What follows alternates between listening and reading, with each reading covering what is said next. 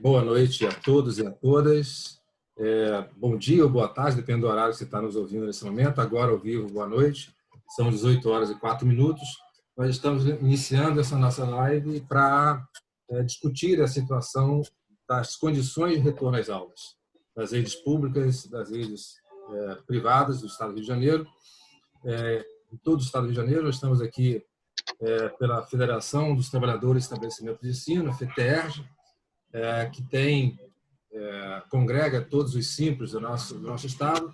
Hoje estamos aqui com os 10 simples filiados participando, que cada um vai, no momento oportuno, fazer uma intervenção para apresentar como está a situação da sua base territorial e as condições de enfrentamento, não só da pandemia, mas para também garantir as condições de saúde e a vida dos nossos alunos, dos nossos profissionais de educação e da sociedade como um todo, através, é claro, da escola, né? Como a gente tratar isso. E, para isso, nós estamos aqui para fazer esse debate.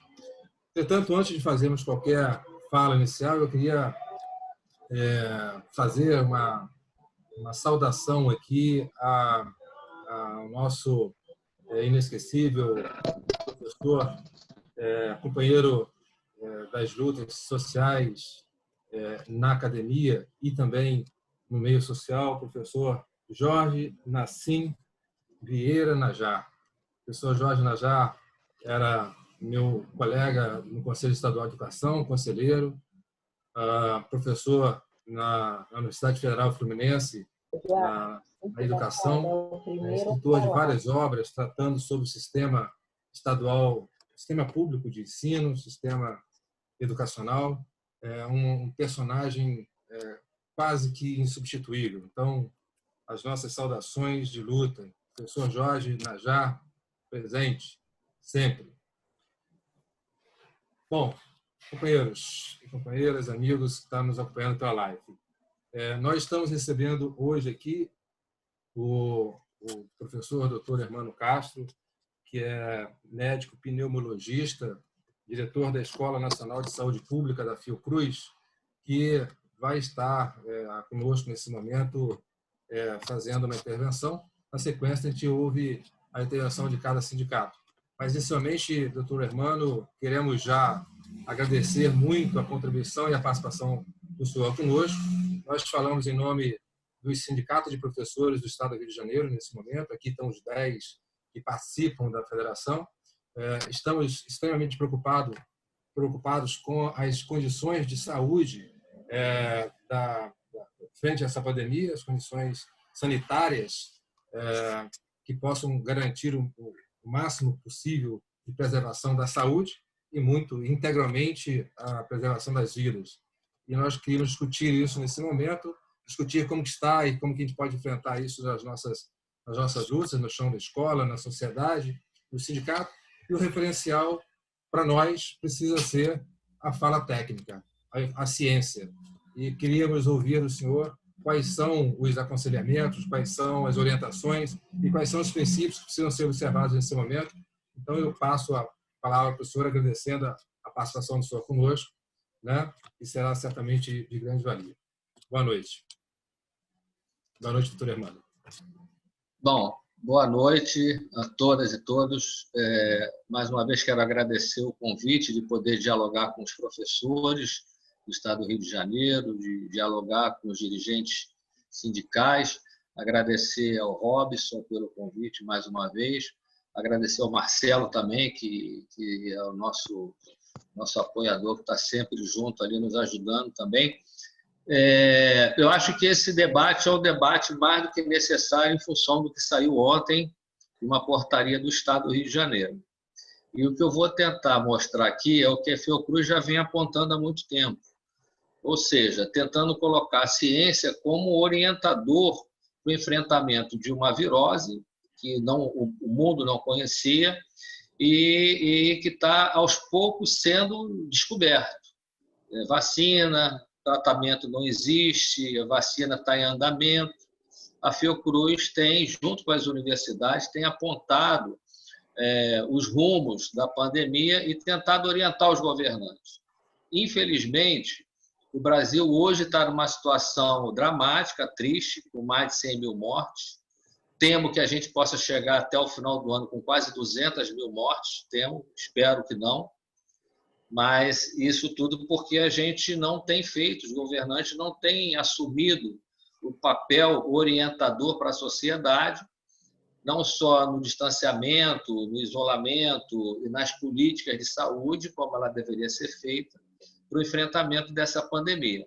O que eu vou tentar mostrar aqui, e aí eu vou pedir permissão para mostrar mais imagens, porque eu acho que os gráficos falam até muito mais, até para ficar mais claro o que a gente está colocando, e aí eu acho que isso vai ajudar. O distanciamento, vou ver se vocês conseguem... não sei se vocês estão conseguindo visualizar. Então, deixa eu passar logo para esse, porque esse é exatamente o que ocorreu nos países. Eu coloquei Estados Unidos e Brasil. Se vocês olharem os Estados Unidos, mostra que tem um pico, desce e depois uma outra subida, já mais aqui para agosto, julho, agosto. Isso é exatamente a política que desconhece a ciência, essa coisa de não acreditar que o vírus realmente é mortal, e acabou que o Brasil seguiu o mesmo rumo, né? Porque ele acaba também mantendo um patamar, já estamos há quase 2 meses, 60 dias, com 1.000 mortes, praticamente diária, na média. E os Estados Unidos aqui com 2 picos, também mantendo níveis elevados. Itália, França e boa parte dos países da Europa tiveram seu pico. Vocês lembram das imagens? Cidades quase desertas. Isso não conseguimos fazer no Brasil. Eu vou mostrar depois um outro gráfico para deixar isso mais claro. E o Brasil, então, mantém esse patamar. Parece que diminuir, mas ainda está em torno de 1.000 mortes diárias. Isso é uma tragédia, né? Para uma virose que tem política pública para se enfrentar, e essa seria a única medida capaz de reduzir o número de casos e de morte no país, que é o isolamento social. Se vocês olharem, o isolamento social sempre esteve abaixo de 50%. Quando o preconizado pela OMS e a Fiocruz e as universidades apontavam isso, era de ter pelo menos 70% a 75% das pessoas dentro de casa e 25% a 30% na rua, que são os trabalhadores essenciais, os imprescindíveis, são os trabalhadores da saúde, os essenciais, do mercado, do posto de gasolina, enfim, aqueles trabalhadores que são essenciais para que a cidade tenha o mínimo de movimentação, mas a maioria em casa. O que aconteceu? Não tivemos isso. Esse em torno de 50% foi praticamente de meados de março para cá, o que significa um aumento de casos de morte em alguns estados e municípios com picos diferenciados, em momentos diferentes. O Rio de Janeiro teve seu pico em maio e junho, e mantendo ainda níveis elevados de morte em vários estados e municípios. Isso em função de uma ausência de uma política de Estado, de atender minimamente as pequenas e médias empresas, as escolas, por exemplo, para garantir emprego, salário, renda mínima, enfim, uma série de investimentos que o Estado deveria ter feito para garantir pelo menos 2 meses, 3 meses dentro de casa, para segurar a pandemia e depois retornar gradativamente, monitorando, fazendo uma série de coisas, inclusive na saúde, que deixaram de ser feito, para que a gente pudesse manter esse contágio aqui, que é o R, no nível aceitável. O nível aceitável para um retorno seguro é 0,5.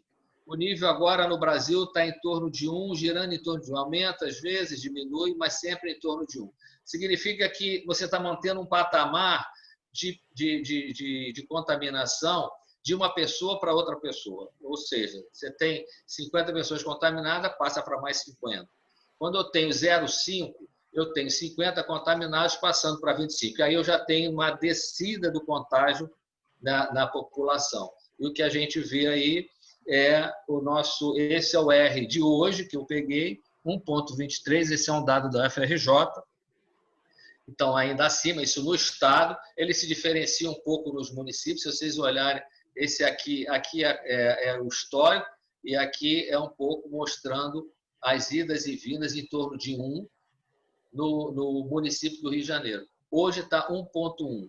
Isso, inclusive, é de uma outra fonte, que é a Loft, que também disponibiliza o R. Outras internacionais também disponibilizam esse R, que é o fator de contágio de reprodução do vírus na sociedade. Então, isso vai estar sempre em torno de 1 ou aumentando, dependendo do volume de pessoas que vão estar sem usar máscara, que vão estar em aglomerações. Ou seja, o que a gente vinha colocando em termos de liberação das pessoas, ela não foi bem feita. Já não foi bem feita o distanciamento logo nos primeiros dias, nos 2 primeiros meses, e a liberação tem sido feita de forma muito desordenada, como vocês estão vendo, o que dificultará certamente o retorno da escola. E aí eu acho que tem um debate que o sindicato poderia trazer, porque se a gente acredita que escola é uma atividade essencial e fundamental, a educação como a saúde são fundamentais para uma sociedade, a gente não deveria estar abrindo bar, restaurantes, e sim mantendo a epidemia no controle, segurando o R para que a gente pudesse agora estar abrindo as escolas de forma segura. A gente sabe do problema, milhões de crianças em casa, insegurança alimentar, violência, mas tudo isso com política de Estado focada poderia estar resolvendo nos primeiros 2, 3 meses para depois estar reabrindo a escola. Não fizemos isso, estamos numa situação agora muito pior e os governantes querendo abrir a escola agora atropeladamente, de qualquer maneira.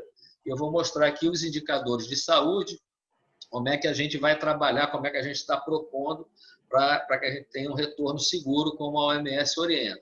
Isso aqui é o total de mortes. Se vocês olharem aqui são casos e mortes. Então, você tem, no estado do Rio de Janeiro, diminuição num determinado período, depois uma subida, aqui também. Se vocês olharem esse outro, aqui, começa a ter uma nova subida, e aqui principalmente aquela síndrome respiratória aguda grave, que começa a subir também no município do Rio de Janeiro. E aqui nós estamos tendo aqui número de casos confirmados em torno de 600 casos, isso no município do Rio. Esse é um dado importante, também produzido pela Fundação Oswaldo Cruz, e aí é um estudo que não tem a ver com os professores, mas indiretamente tem, porque você tem aí um estudo que aponta a quantidade de idosos e quem tem comorbidade que permaneceram nas suas residências e que convivem com pessoas com idade entre 13 e 17 anos, que é exatamente a idade escolar. Então, crianças e jovens são transmissores do vírus, embora tenham menor gravidade, como a gente tem apontado, adoecem e morrem menos, mas tem morte. Só para vocês terem uma ideia, quando nós estávamos com quase 80 mil mortes, nós tínhamos em torno de 300 crianças já em óbito. É um número pequeno, mas são 300 crianças. Não pode morrer nenhuma criança. Nenhuma família merece perder uma criança tão jovem. Então, não é admissível isso. E mesmo assim morre, embora a gravidade seja menor. Mas eles, além disso, funcionam como uma correia transmissora. E aí a gente tem discutido isso muito nas escolas, e depois a gente pode falar um pouco mais sobre isso, a dificuldade que é garantir o distanciamento social dentro das salas de aulas. Como é que você vai controlar um menino de 7, 8, 9, 10 anos numa sala distante, a 2 metros, 1,5 metro de cada carteira? Ele tem que trocar a máscara a cada 2 horas ou menos, porque se ele molhar a máscara, ele tem que tirar. Como é que ele tira a máscara? Como é que ele guarda a máscara? Como é que ele pega uma... Tem uma série de questões complexas que certamente vão ser muito difíceis. Sem falar na questão das escolas, das precarizações, da falta d'água, banheiros que precisam ser reformados, toda uma adaptação de higienização que tem que ser feita nas escolas, um grande investimento em escolas que já não tinham investimentos à altura para ter uma boa estrutura física. Imagina agora com mais investimento. Então, isso põe em risco uma população que ficou em casa. Mais ou menos 5 milhões de idosos residem nessas populações, e no Rio de Janeiro um dos dados era de que se liberasse naquele momento, provavelmente teríamos quase 3.000 pessoas a mais morrendo de Covid num primeiro momento em função dessas aberturas. E aí é importante que a gente fale dos indicadores. Está saindo um documento da Fiocruz, muito breve, ele está numa revisão, e os indicadores que a gente tem usado são os indicadores exatamente do CONAS, CONASEMS, que é o Conselho Nacional de Secretários de Saúde do Brasil inteiro. Isso está no documento, em que ele define uma faixa verde, define 5 faixas, né? Roxo, vermelho, o laranja, amarelo e verde. O estado do Rio de Janeiro, se vocês olharem, esse mapa é de ontem, exatamente na data da portaria. Esse mapa de ontem, ele mostra que ele está boa parte amarelo e laranja. Não tem nenhum lugar verde, ou seja, nenhum lugar que tenha uma grande disponibilidade de leitos, onde tenha uma redução significativa de casos e morte, uma taxa de contágio menor do que a gente esperaria, pelo menos uma taxa de positividade, aliás, em torno de 5%. Para isso precisa testar a população, coisa que não fazemos, mas no estado do Rio de Janeiro, hoje não tem nenhum lugar nessa faixa verde dos indicadores de saúde. O que significa o seguinte, o que o próprio indicador diz é que precisa estar na faixa verde por pelo menos 7 dias, para ter uma garantia mais segura. Então, não estamos. Então, não tem o próprio Estado, e a gente não tem bola de cristal para dizer se em setembro isso vai estar ou não. A gente só pode pensar em abrir quando estiver no verde e garantir que vai ficar no verde por pelo menos um determinado período. E, para garantir isso, tem algumas coisas que a gente vai precisar colocar como política de saúde. E aí, política de saúde, é importante que a política de saúde esteja muito vinculada às escolas. Isso é fácil de entender, porque se tiver alguém com febre, alguém com síndrome gripal, ele tem que imediatamente ser atendido, tem que fazer o teste, que é o RT-PCR, que é o teste do nariz e da garganta, não é o teste de sangue, mas é o teste que faz o diagnóstico da Covid-19. Então, é esse teste que tem que ser realizado. Então, isso tudo precisa estar muito ajustado e muito bem trabalhado entre o setor escolar e a saúde. Isso quando tiver retorno presencial. Então, nós estamos colocando mais um indicador. Eu vou começar por esse primeiro aqui. Redução da transmissão comunitária menor que 1 caso novo por dia por 100 mil habitantes. Isso é mais recente, é fruto de um estudo realizado em alguns países da Europa, onde eles definiram moderada transmissão, baixa transmissão. A moderada transmissão é em torno de 10 casos novos por dia. E a baixa transmissão é 1 caso novo por dia por 100 mil habitantes. Então, para a gente ter uma ideia de como é que está hoje, se vocês olharem o Rio de Janeiro, ele aqui está 500 confirmados, a média diária. O Rio de Janeiro, a cidade do Rio de Janeiro, isso é do município do Rio, tem 6.600.000. Vou arredondar a 6 milhões. Se eu tiver para ter 1 caso por 100 mil habitantes, eu teria que ter, no Rio de Janeiro hoje, 60 casos por dia por 100 mil habitantes. Então, acompanhem que esse é um indicador que me garante uma redução de número de casos na cidade e sustentada. Por pelo menos 7 dias eu tenho que manter ali 60 casos novos na cidade do Rio de Janeiro, diagnosticados na média. Eu hoje tenho 600. E aí eu trouxe esses dados aqui das favelas, porque tem muita subnotificação, e é importante que a gente sinalize isso, muita subnotificação, e as favelas do Rio têm um controle muito mais fino de casos, até porque, como não tem testagem, muitas vezes escapa os casos que aparecem nos próprios familiares que foram testados positivos. E hoje, isso foi atualizado para hoje, foram mais de 5 mil casos nas favelas, 25 favelas, e 667 mortes só em comunidade de favela. Então, se eu tenho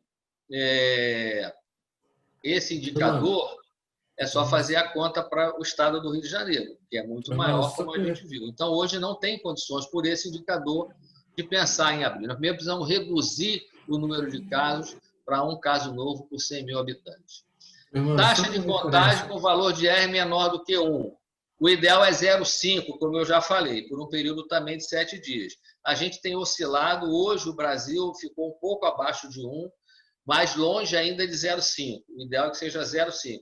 Eu estou falando de condições seguras, onde a gente tem o menor risco de criança adoecer, criança se contaminar e passar o vírus para alguém dentro de casa. Estou falando de professores adoecerem, de trabalhadores da educação adoecerem. Então, o risco tem que ser muito mínimo, muito menor.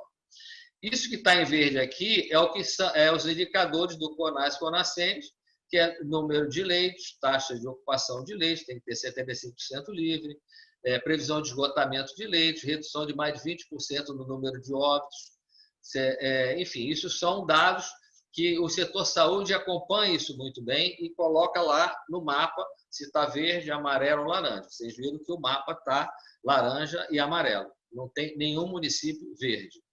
E esse último indicador, que eu acho que é o mais importante, é a capacidade para a gente detectar e testar, isolar e monitorar pacientes e contactantes. O que significa isso? Significa que o sistema de saúde tem que ser capaz de detectar o caso suspeito logo no início, não é mais aquela orientação, se achar que tem síndrome gripal, só saia de casa se for moderado ou grave para ir para o hospital, não é isso. Se tiver uma síndrome gripal, o sistema de saúde tem que ser capaz de detectar, ir lá, testar, fazer a testagem, o RT-PCR, e isolar, se for positivo, deixar 14 dias em quarentena e monitorar os contactantes. Também fazer PCR nos contactantes dessa população que foi diagnosticada como caso. O que seria esse quadrinho aqui, mais ou menos. Só para vocês terem uma ideia, no Brasil, para cada caso, a gente só testa 3 de familiares. Nós precisamos testar pelo menos 10 desses contactantes daquele caso suspeito.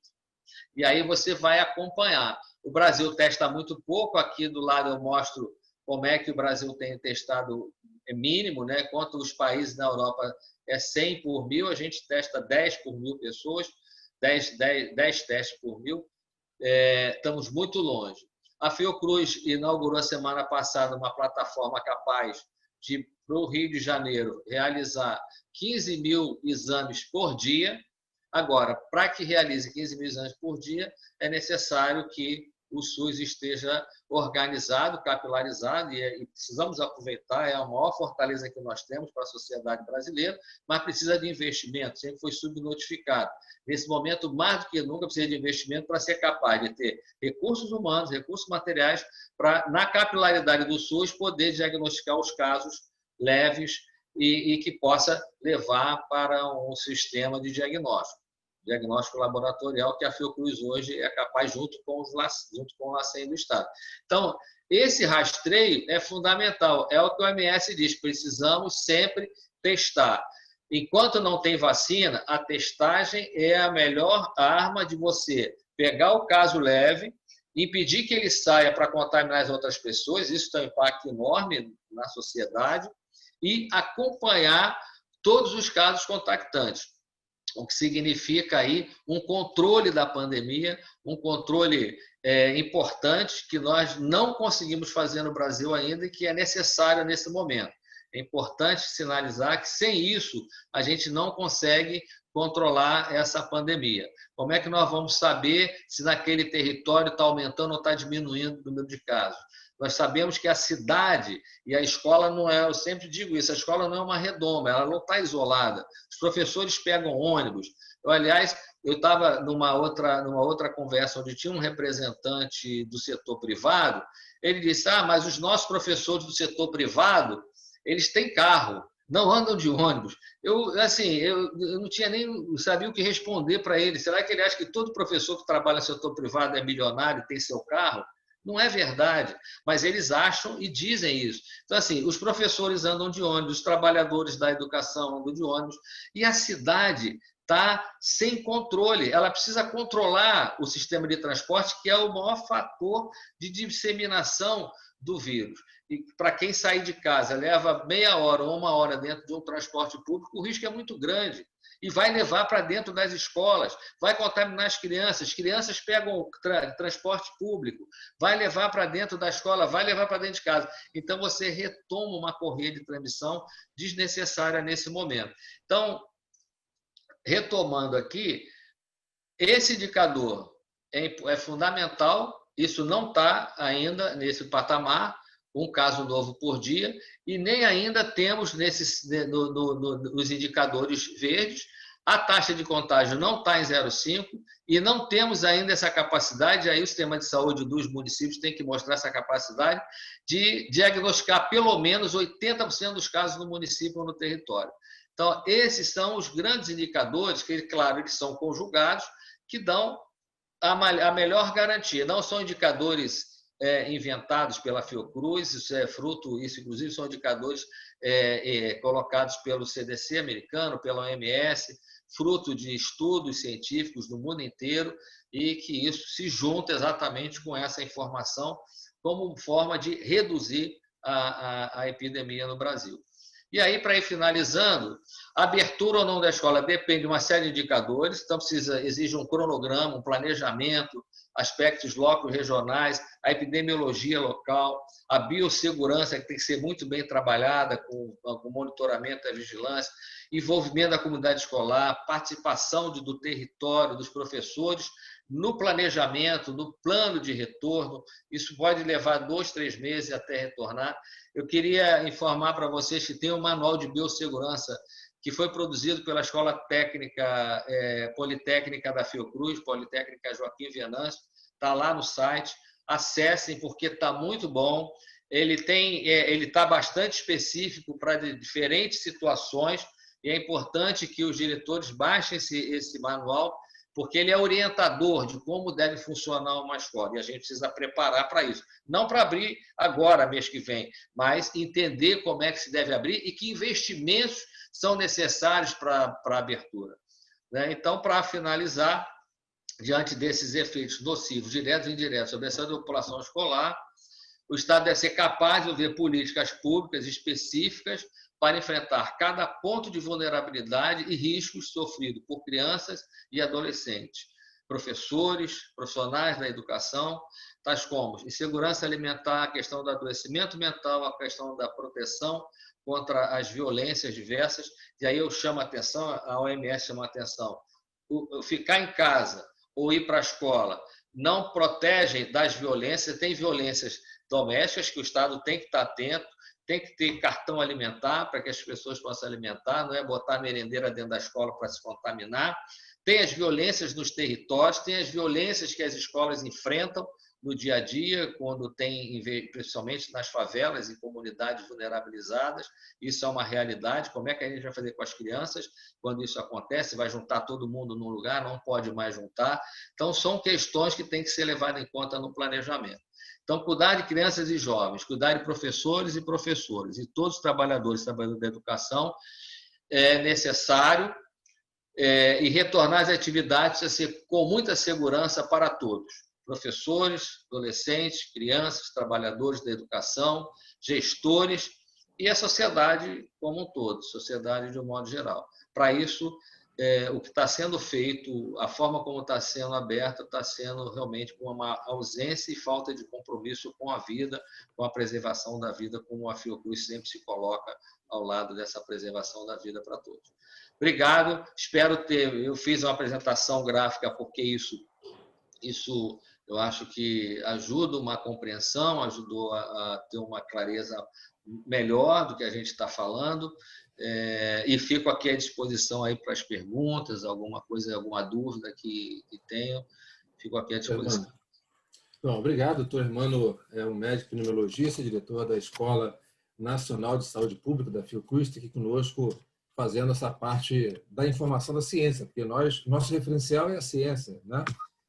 E aí, doutor Hermano, antes de passar para a Carla, que vai falar sobre como é que está o processo na Baixada, como é que está esse caminhamento lá, eu queria saber do senhor uma coisa. O senhor disse de que uma situação sob controle normalizada deveria uma situação que tenha um contaminado a cada 100 mil, portanto, o Rio de Janeiro teria que ter 60 pessoas contaminadas por dia, o que seria algo controlado e organizado, e tem 600, né? Sim. Portanto, é um número absurdamente superior. O senhor conhece quais são os médicos, quais são os infectologistas, quais são os profissionais de saúde que estão compondo a equipe técnica do governo do Estado, do governo ou da Prefeitura do Rio de Janeiro, que estão validando o retorno às aulas nessa situação, nesse quadro? O senhor conhece alguns colegas que estão participando? Não, a Fiocruz não está, com certeza não tem nenhum especialista da Fiocruz nessa orientação. Eu não sei realmente informar, eu acho que aí tanto a Secretaria de Saúde, o governador, o prefeito das cidades deveriam informar. Esse é um dado até mais recente, que os especialistas já se apropriaram dessa informação. Saiu semana passada esse estudo, é importante, porque onde os países que colocaram a transmissão baixa, de um caso por 100 mil, foram os países que conseguiram retornar com as aulas e mantiveram o retorno sem muitos atropelos. Como a gente viu aí na própria Europa, quem abriu acima de 10 casos, toda hora abria, tinha caso na escola, fechava a escola novamente.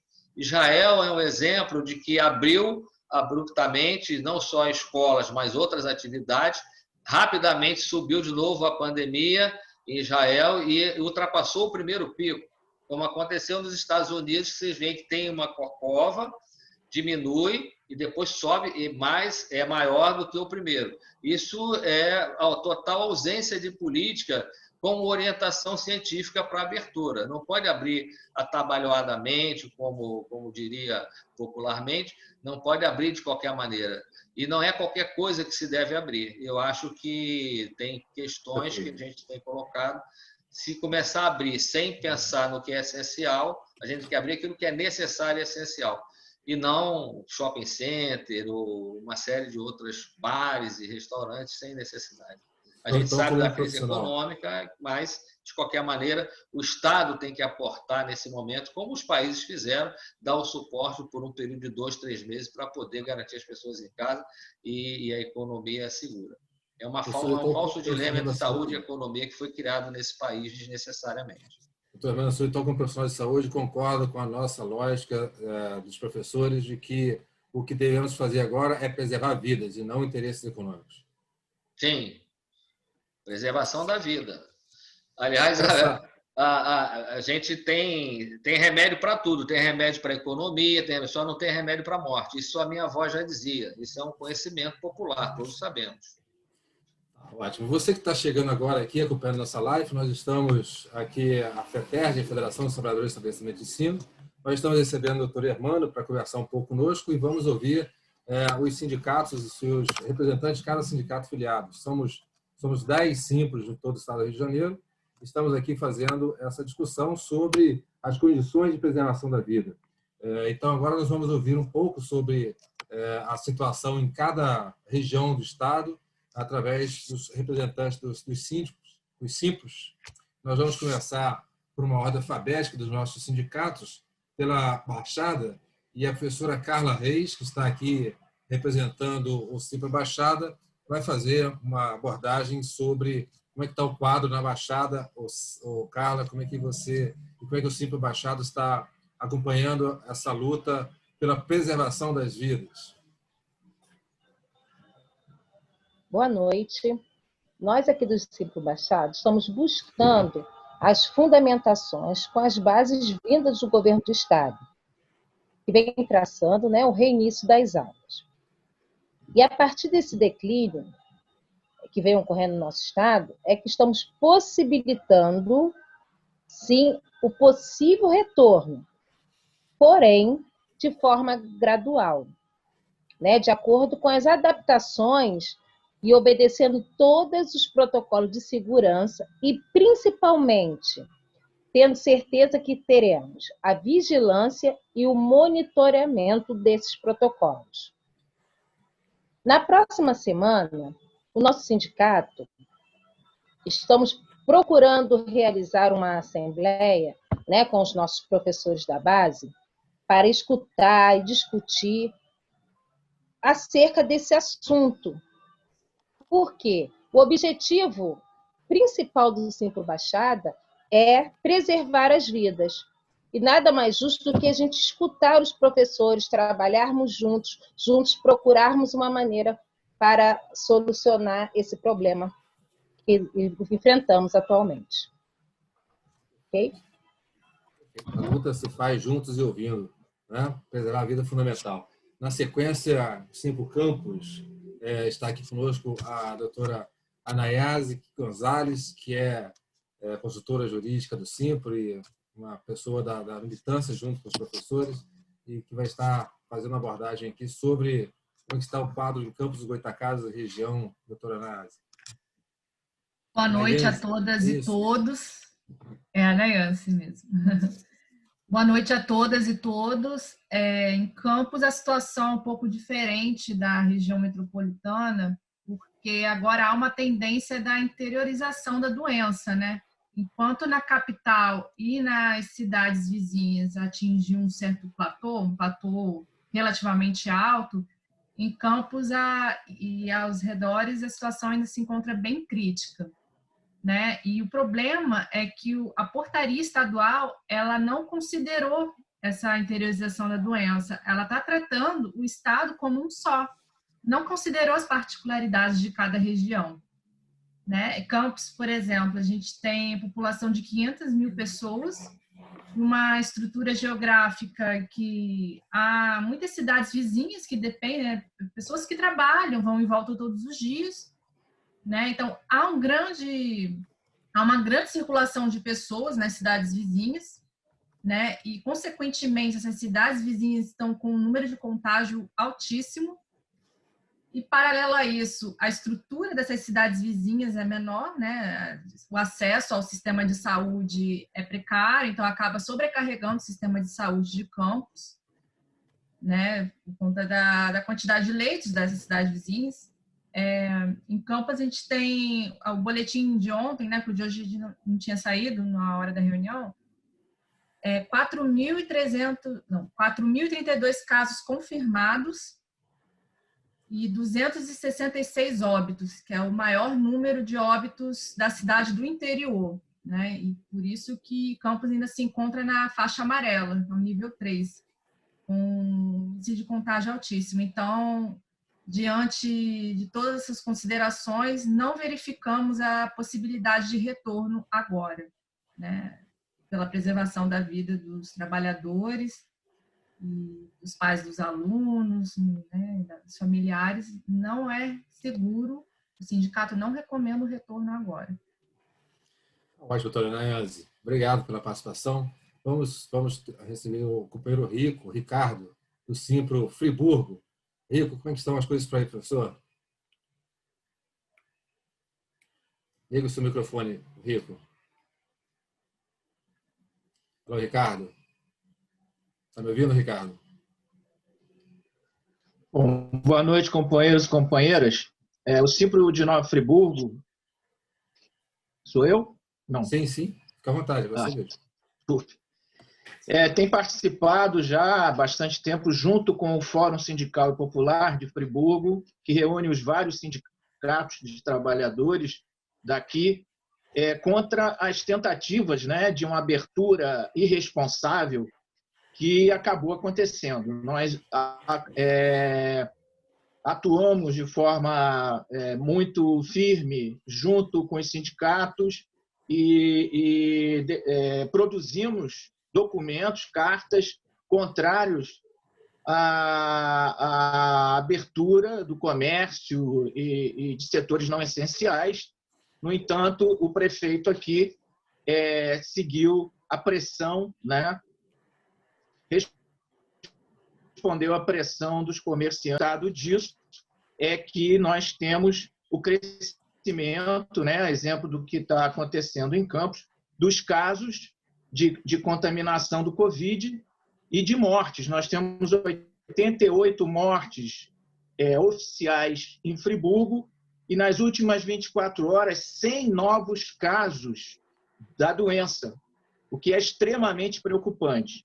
E nós temos atuado junto ao Conselho Municipal de Educação, onde nós temos representação, e atuamos junto com...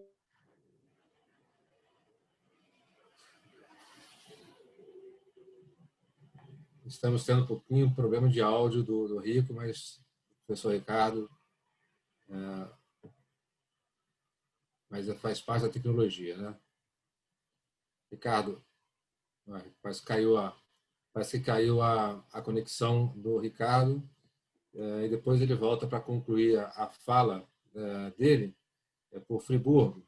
E aí vamos, por Simples Lagos, vamos lá ouvir o companheiro Rodrigo, que é o professor, diretor do Simples Lagos, que está aqui conosco. O Rico voltou. Rico, conclui a sua fala. Bom, eu nem sei de onde eu parei, mas a gente tem atuado por dentro do Conselho Municipal de Educação, junto com o CEP, tentando garantir a segurança, né, dos profissionais da educação. Não há nenhuma previsão de retorno. Hoje nós tivemos uma reunião do Conselho Municipal de Educação, em que foi afirmado pelo secretário municipal de Educação que, inclusive, tem um decreto do prefeito de ontem, que as aulas não voltarão pelo menos até o dia 30 de setembro. E nos foi garantido de que isso será estendido também para as escolas particulares.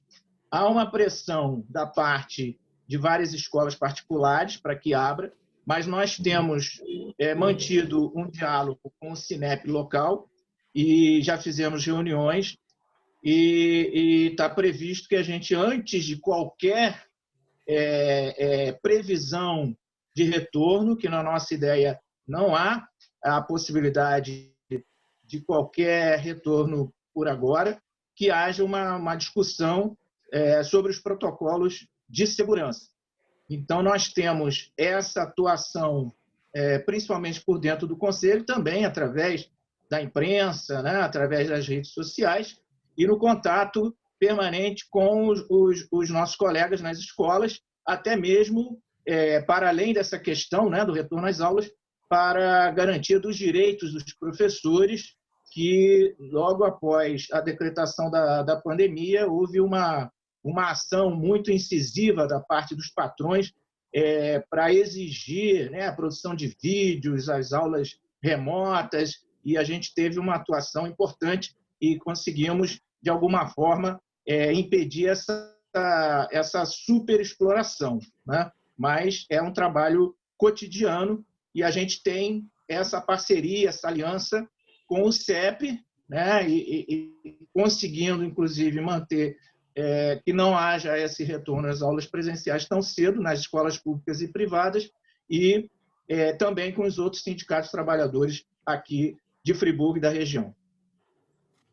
Ok, Rico, obrigado pela sua abordagem, esclarecimento aqui para a gente, como estão os caminhamentos aí em Friburgo, né? Lagos, Cabo Frio e região, né? Rodrigo é o diretor do Simples Lagos, que está aqui conosco, e Rodrigo, como estão as coisas por aí? Como é que está a pandemia aí em Friburgo, aí em Cabo Frio e região, e como que o sindicato tem acompanhado esse processo? Boa noite a todas e todos. Me escuta, Robson? Sim, escuto, perfeitamente. Aqui na região, realmente, Cabo Frio hoje é o município que mais nos preocupa, né? Com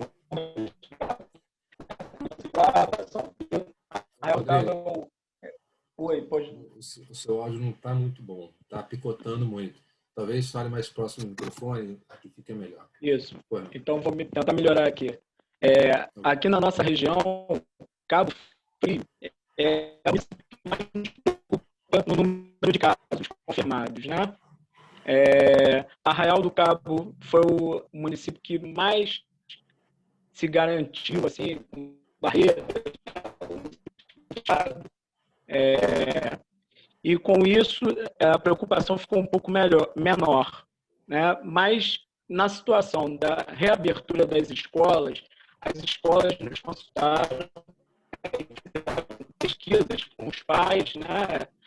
Para saber sobre o retorno, um retorno seguro. E muitos foram contra.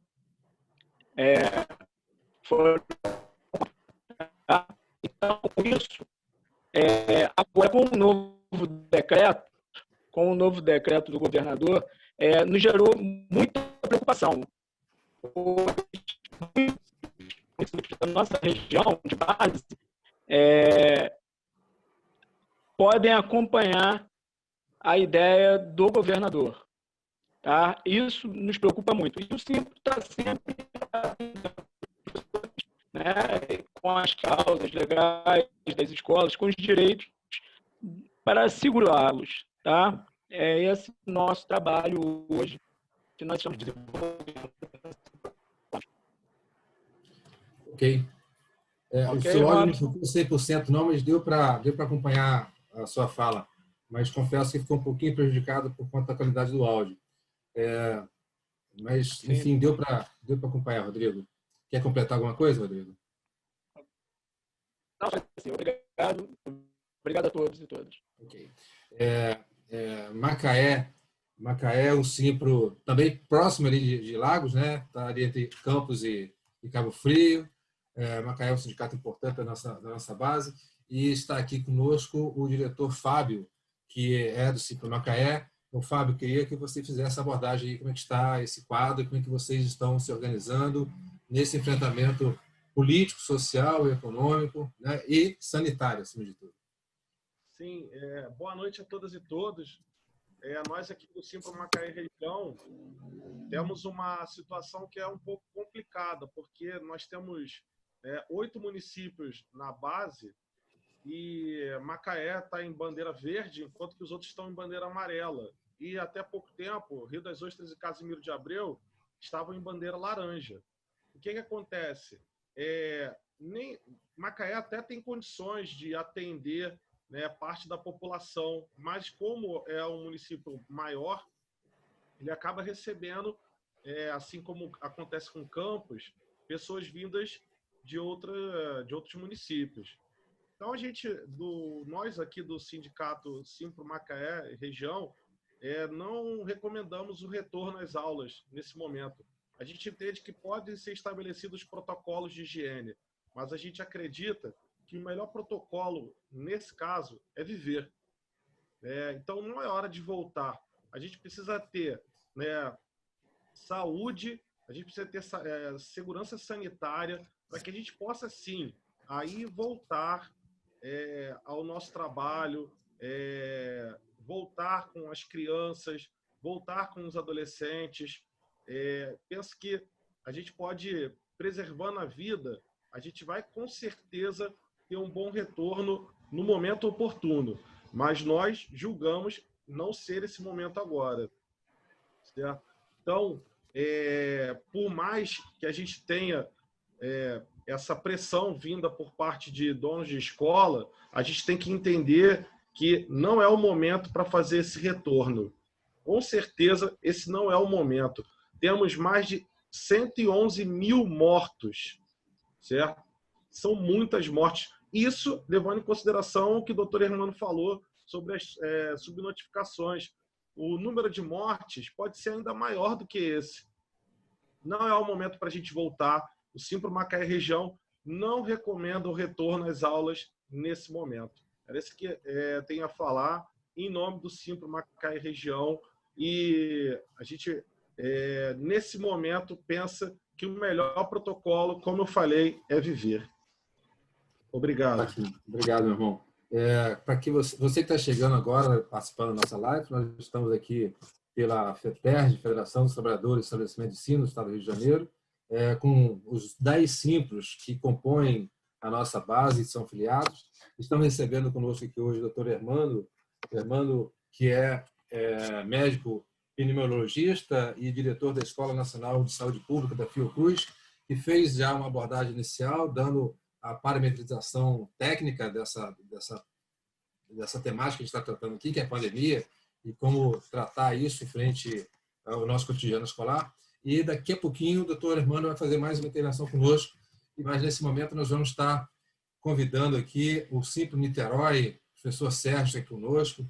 Sérgio, como é que estão as coisas por Niterói, São Gonçalo e a base do Simpro Niterói? Onde estão os processos, as lutas e as condições sanitárias aí? É possível voltar às aulas nesse momento aí, Sérgio?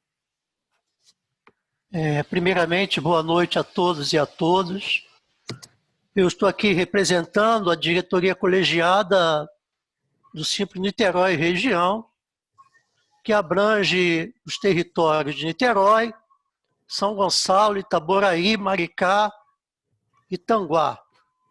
Uma região densamente povoada, que apresenta nos municípios de Niterói, São Gonçalo, principalmente São Gonçalo e Itaboraí, profundas desigualdades sociais. O Simpro Niterói Região tem feito campanhas junto com o CEP Central, o CEP de cada município que compõe aqui a nossa base, junto com o Sindicato dos Professores de Maricá, campanhas unificadas em defesa da vida contra o retorno às aulas presenciais.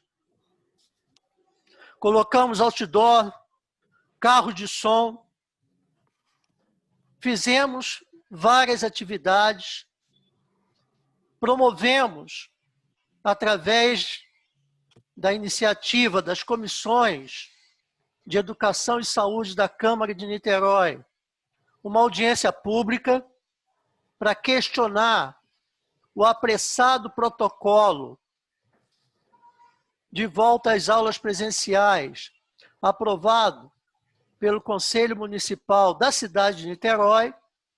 Infelizmente, nessa audiência, os representantes do poder público executivo do município não compareceram, mas nós marcamos claramente a nossa posição. E toda a nossa posição está balizada no que o doutor Hermano acabou de colocar para todos nós. E a gente tem falado com todas as letras que quem sabe melhor das condições que nós estamos vivendo em relação à pandemia são aqueles que têm informações privilegiadas, que são os gestores dessas cidades, os gestores dos estados, o governo federal. Eles sabem que nós não temos condições de retorno às aulas presenciais.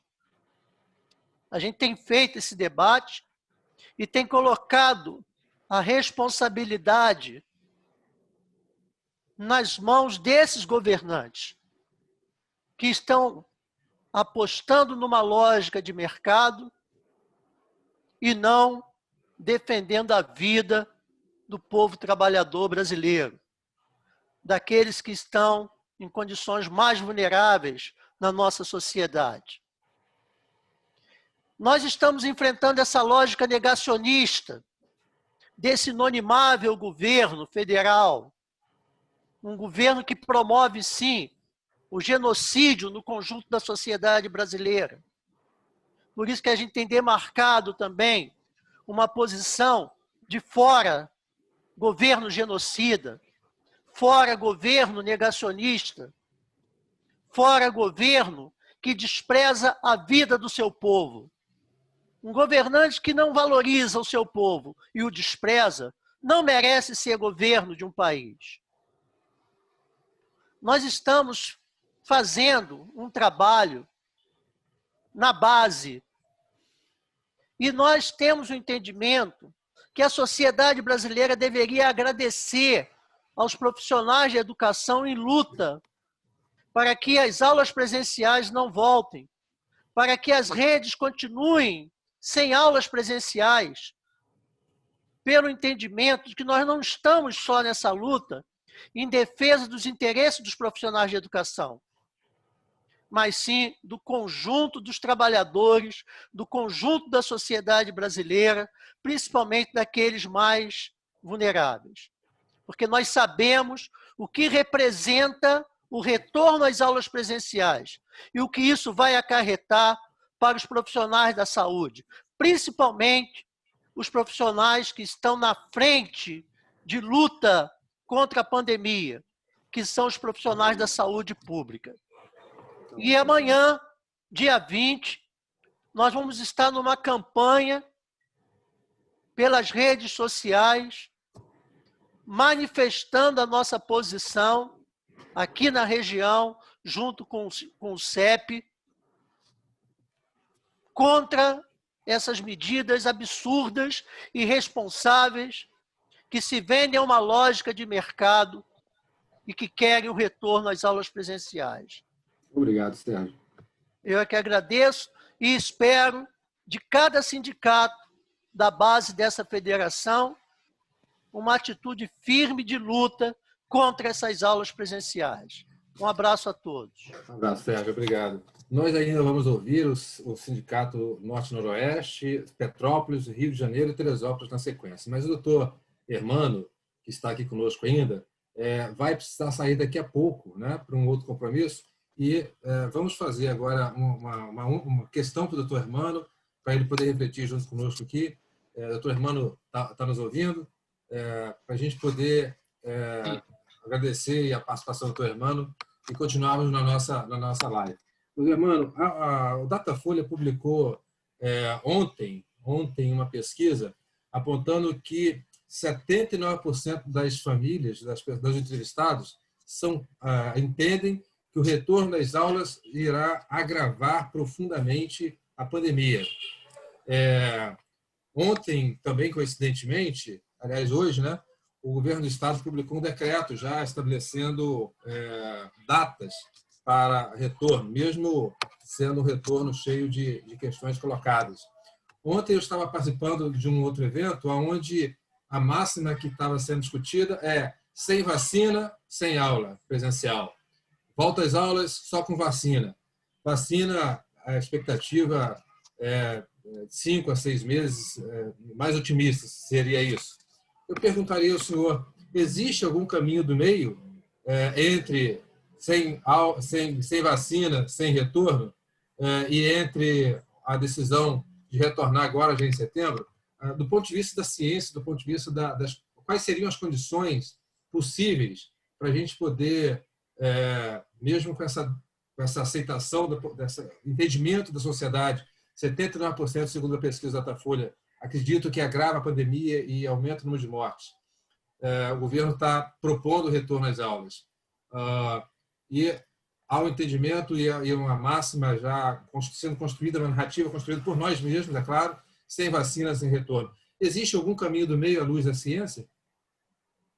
Olha, o povo não é burro, né? Isso aí é uma resposta ao governo. Eu acho que 80% do povo não quer ver seus filhos morrendo, seus entes morrendo, seus pais morrendo, seus avós morrendo, ou mesmo adoecendo, e ficar nessa agonia de gravidade de CTI. Ninguém quer isso. Ainda bem que 80% do povo tá firme nisso. Isso é importante, porque isso é preservar a vida, é ter dignidade humana, isso é fundamental, isso está faltando. Olha, se pudesse, se o governante pudesse e tivesse a inteligência nesse momento, vamos fechar, fazer o que não fizemos em março, em abril, em maio, e vamos garantir o controle dessa pandemia, trazendo a níveis mínimos, níveis baixos. Vamos garantir que a gente consiga testar e diagnosticar a maioria dessa população pela estratégia da saúde da família, pela atenção primária em saúde. Vamos investir nisso, sair de uma cobertura de 40% no território do município do Rio de Janeiro para 70%, 80%, 90%, 100%. Vamos investir. Isso é garantir e preservar a vida, investimento no SUS, investimento na saúde, na testagem, no diagnóstico. Isso vai trazer para aquela faixa verde, traz certamente para a faixa verde, e vamos trazer para pelo menos um caso, porque o vírus não vai acabar, um caso por 100 mil.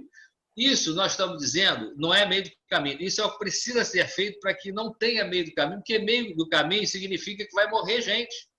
Vai morrer muita gente. E não é possível que a gente consiga não ter compaixão das pessoas que estão perdendo vidas, estão perdendo seus entes queridos. 110 mil pessoas. Se a gente for nessa pegada, em dezembro nós vamos chegar perto de 200 mil pessoas mortas no país. Nós somos 220 milhões. Então, nunca morreu tanta gente. Só para vocês terem uma ideia, a tuberculose, que é uma doença grave, todos conhecem, doença de miséria, morre no Brasil 5 mil pessoas.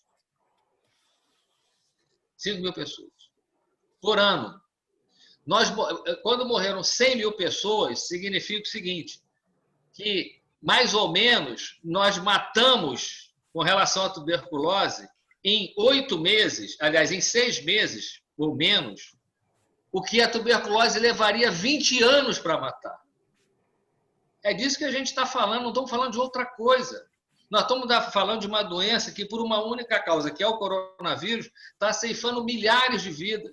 E tem política para isso. O Estado precisa botar a mão no bolso, colocar renda mínima para todo mundo, não pode ser 600 míseros reais, mais renda, socorrer as pequenas e médias empresas, socorrer as escolas, garantir que as pessoas fiquem em casa, um período firme, fixo, para que possa retornar com tudo monitorado, com investimento no SUS.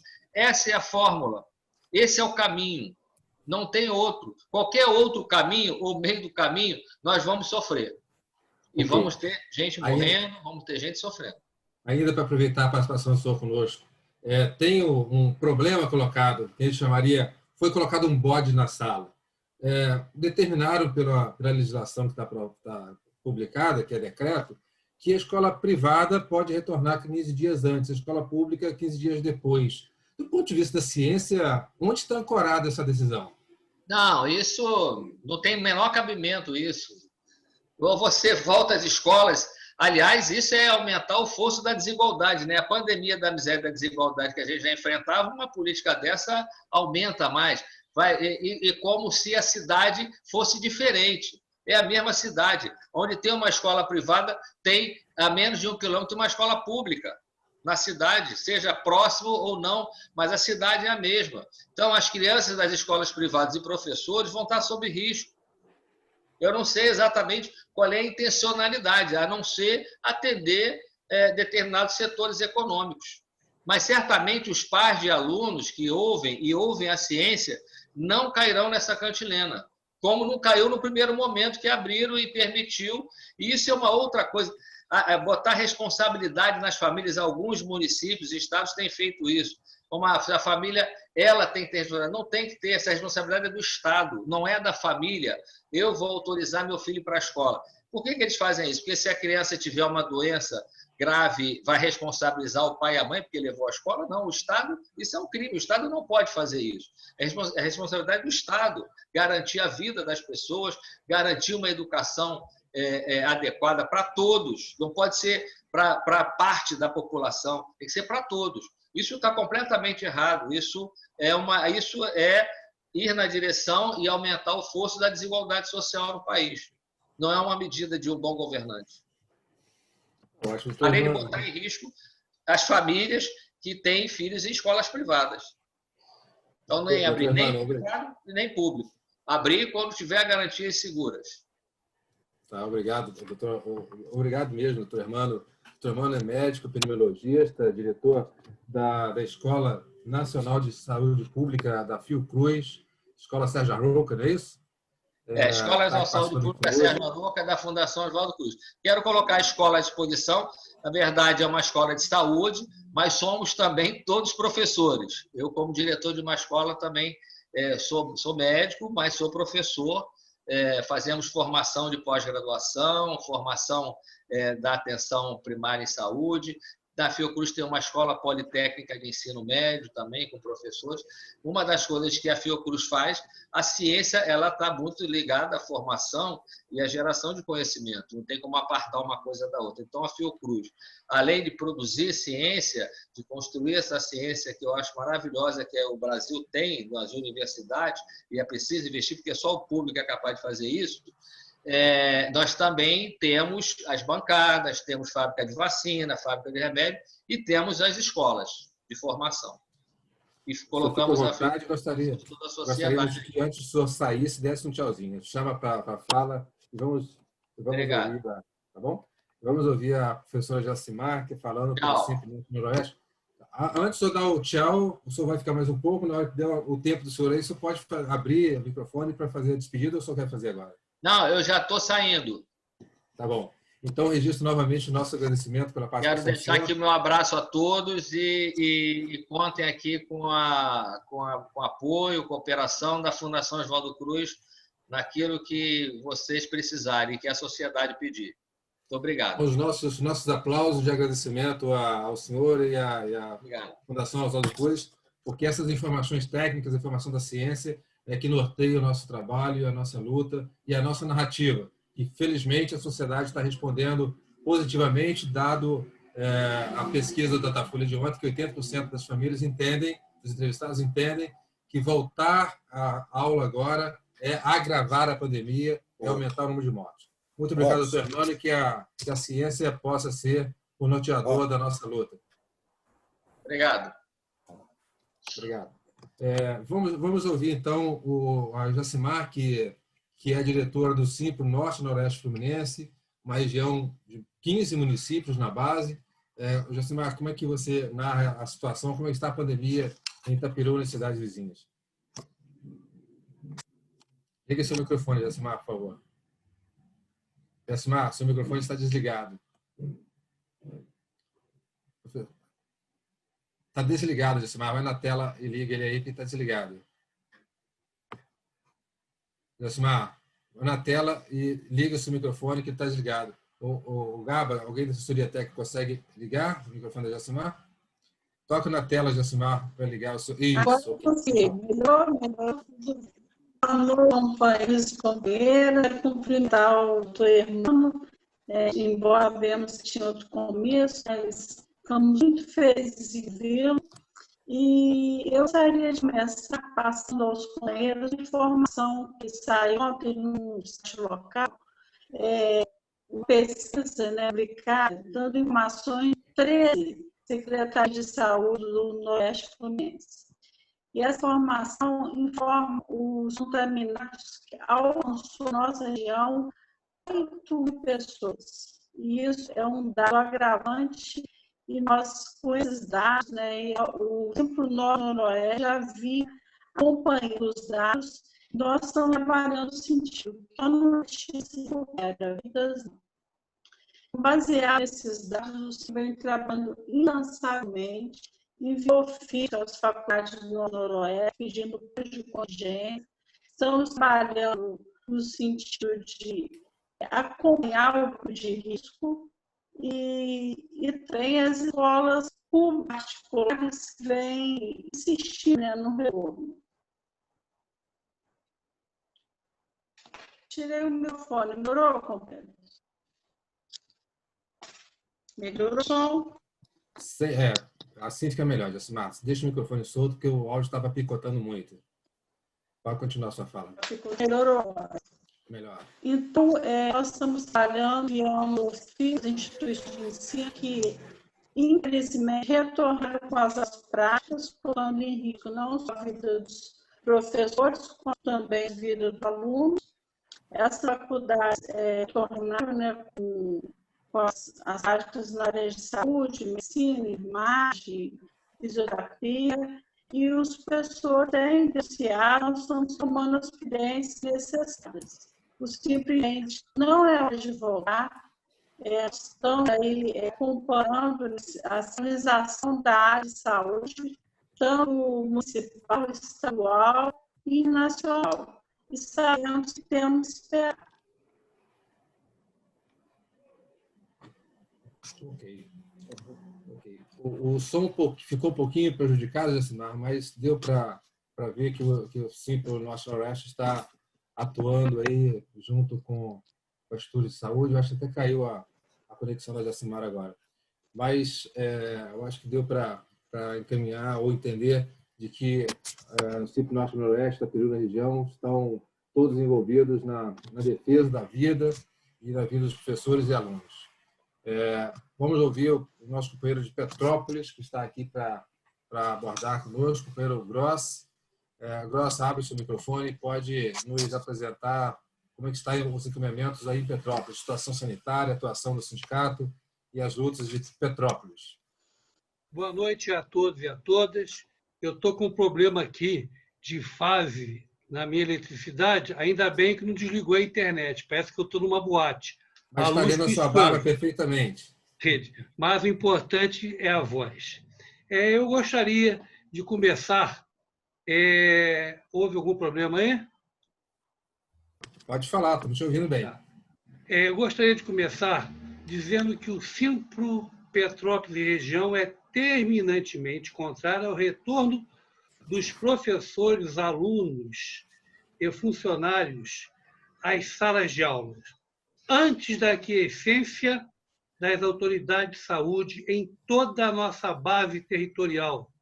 Petrópolis, Três Rios, Paraíba do Sul, Areal, Comendador Levi Gasparian, São José do Vale do Rio Preto, Sapucaia, Vassouras, Mendes e Engenheiro de Paulo de Fronten.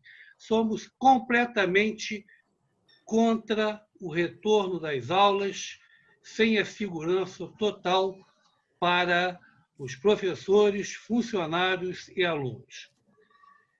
O Simpro Petrópolis ele tem um assento no Conselho Municipal de Educação, que é representado pela professora doutora Flávia Serpa.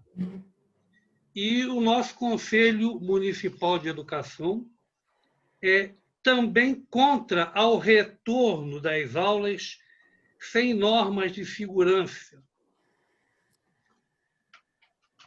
Agora, foi criada uma comissão, para elaborar protocolos de retorno, sendo que o Simpro é representado pelo professor Ronei, que contribuiu para um protocolo mais seguro ao retorno dos professores, alunos e funcionários das escolas.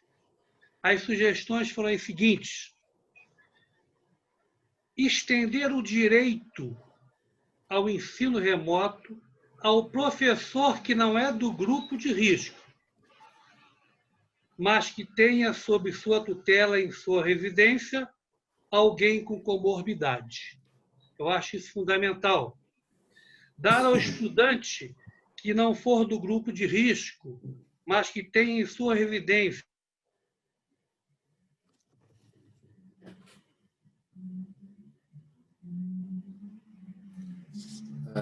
Gross, está me ouvindo? Gross, está me ouvindo? O seu áudio foi interrompido. Você está conectado? Bom, o Gross é diretor do Simpro Petrópolis, diretor da FETERJ também. Estava apresentando a dinâmica lá do Simpro Petrópolis, daquilo que eles estão defendendo e orientando a sociedade, né, os profissionais de educação e a sociedade. Parece que a conexão dele caiu. Então, a gente vai ouvir agora o Simpro Rio. O Elson é diretor do Simpro Rio. O Simpro Rio tem uma dinâmica na vanguarda, porque o Simpro Rio puxou aquilo que está sendo chamado de greve pela vida, né? O Elson, como é que está esse enfrentamento aí? Como é que o Simpro Rio está orientando a base? Como é que foi a assembleia de vocês? Quais são os grandes problemas enfrentados e qual é a luta que a gente deve levar junto, Elson?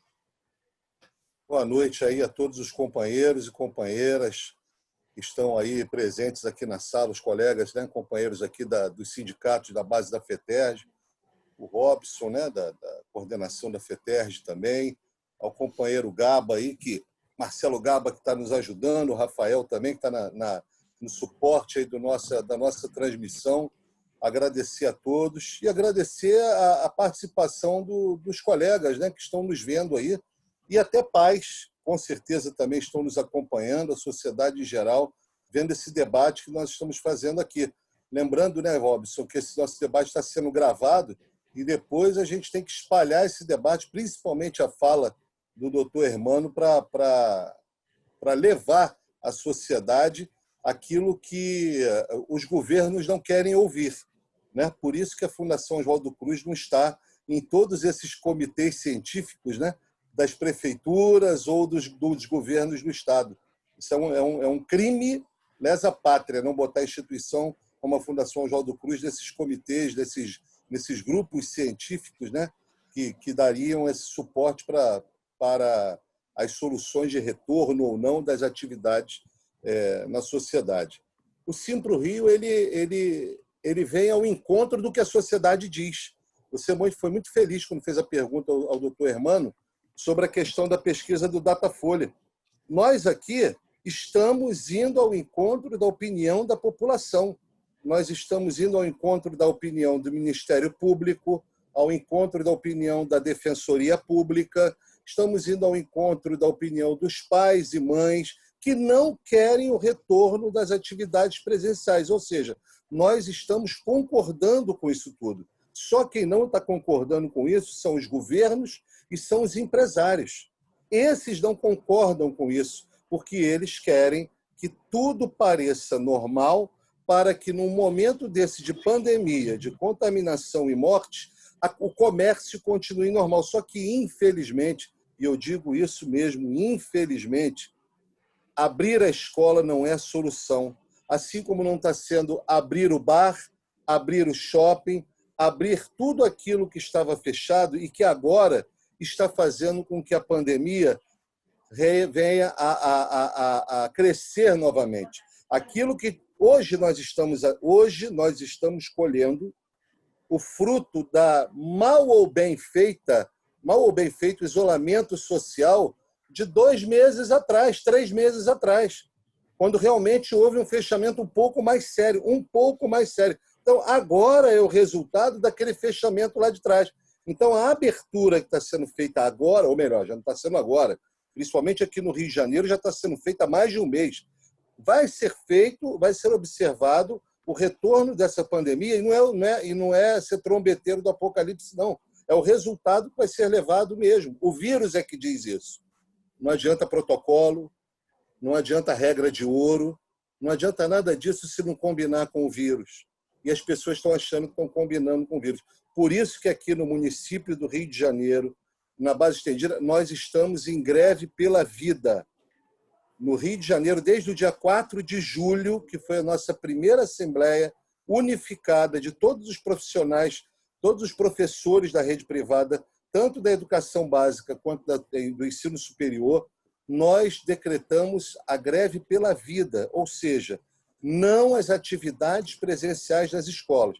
Infelizmente, tivemos que continuar com o trabalho quadruplicado, que são as atividades remotas, o ensino remoto, porque nós já estávamos fazendo esse trabalho e entendemos que, apesar de não ser o ideal, não concordarmos com o ensino remoto, e tem um detalhe importante para eu falar aqui em relação ao ensino superior, sobre essa questão do ensino remoto, apesar de não concordarmos que não era o melhor a ser feito, mas era o possível, a rede privada fez o trabalho remoto, a rede privada está fazendo o trabalho remoto, está entendendo? E está fazendo muito bem, comparado até com outros países, como o próprio Estados Unidos, o alcance do ensino remoto que está sendo feito no Brasil, pelo menos na rede privada, e a gente sabe que na rede pública há uma dificuldade muito maior por conta do poder aquisitivo de ter uma internet boa, de ter um material bom, e é um outro debate que a gente tem que fazer, que é o abismo social em que a rede privada e a rede pública aumentaram agora em relação à questão da pandemia, em relação ao ensino remoto. Mais uma vez, o governo do Estado repetindo o que a prefeitura queria, voltar primeiro o ensino, as aulas do ensino da rede privada, para depois voltar ao público. Então, desde o dia 4 de julho, nós estamos em greve. Tivemos a assembleia, já 3 assembleias, e nessas 3 assembleias foi ratificada a greve pela vida. hoje nós estamos em greve pela vida no município do Rio de Janeiro. Nelson, E não... me ajuda a entender, e também todos os pais, outros professores fora da cidade do Rio de Janeiro, melhor o que o Simpro Rio definiu junto na Assembleia, greve pela vida. A greve pela vida é quanto à aula presencial, não quanto aos meios remotos, né? Não, não é isso. É quanto a então, continua nós... todo o processo, mas continua todo o presencialmente processo. Não. Se for chamado aula presencial, estamos em greve. Se lá na frente entender... E detalhe, não entramos em greve só porque achamos que não temos que voltar, não.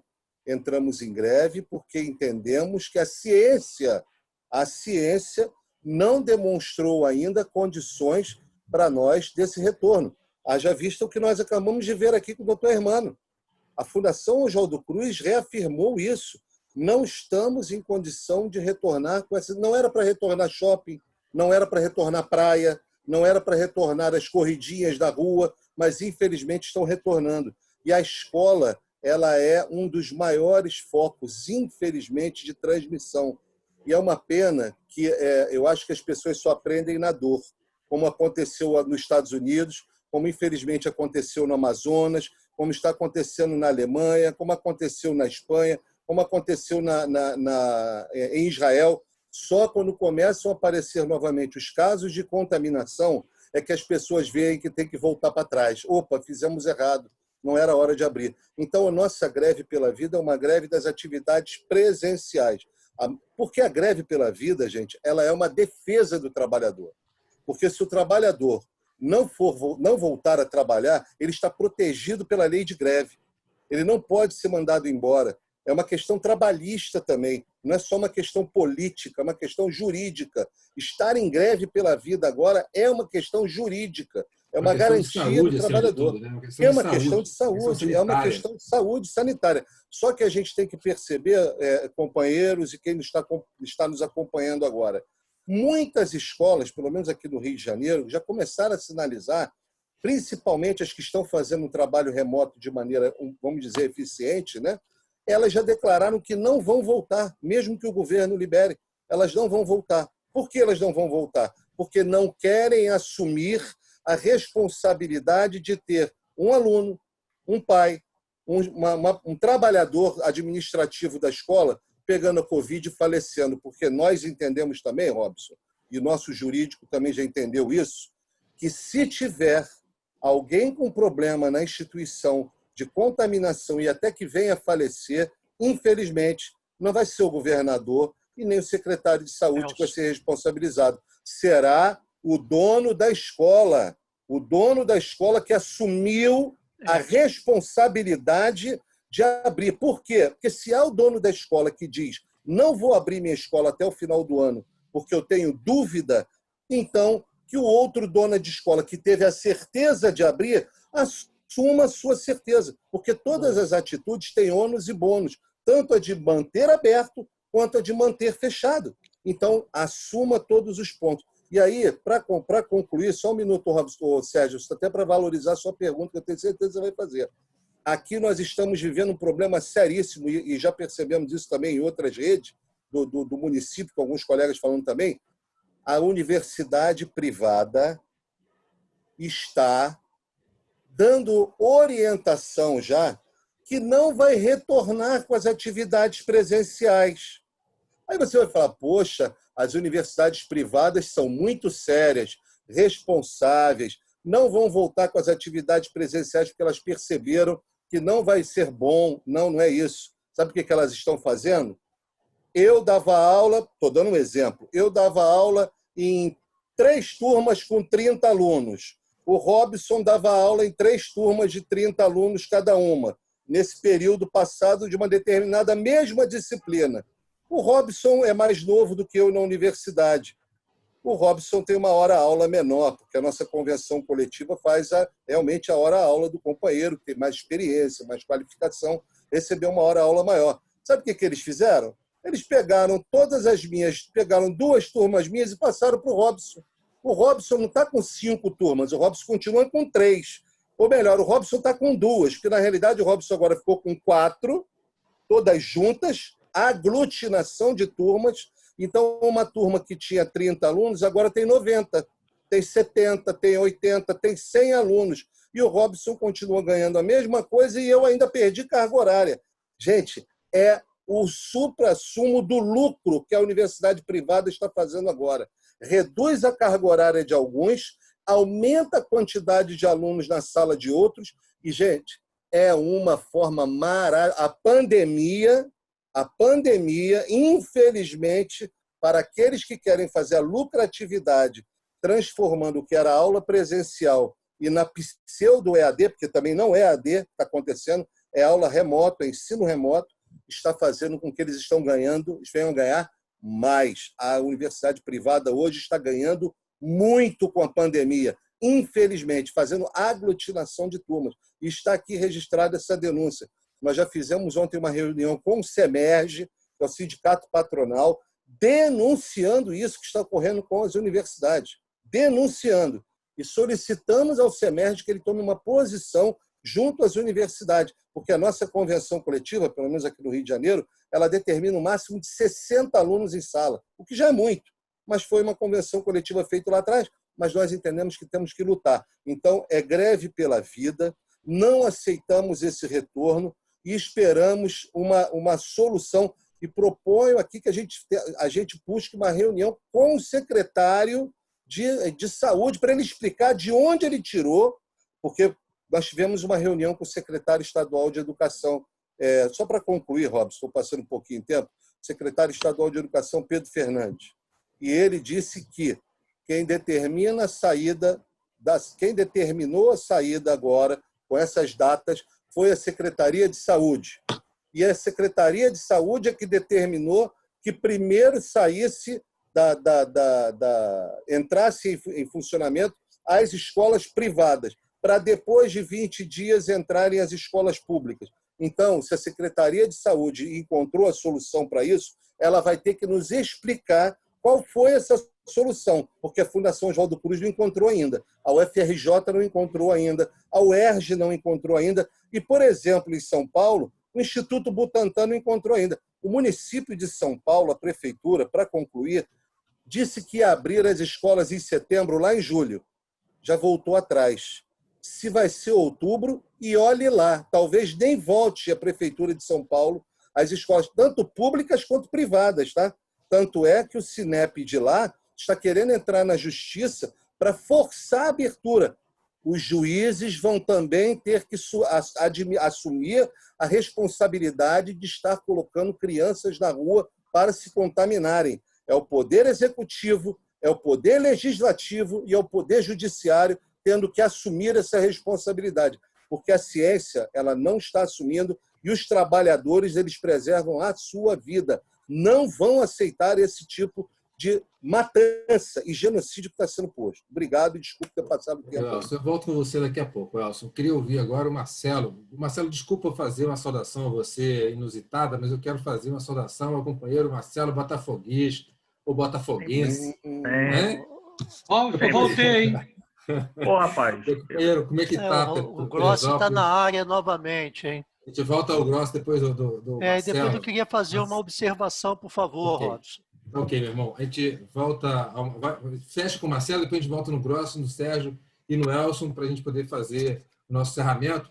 E a gente precisa saber, Marcelo, como é que está? Obrigado. Como é que estão as coisas aí em Teresópolis? Como é que está a luta de vocês? Qual a orientação do sindicato para a categoria? Como é que a sociedade teresopolitana está encarando esse processo de pandemia? Então, primeiramente, boa noite a todas e a todos. Teresópolis ontem foi surpreendida com esse efeito camaleão, né, no mapa do estado do Rio de Janeiro no que diz respeito ao Covid. Né?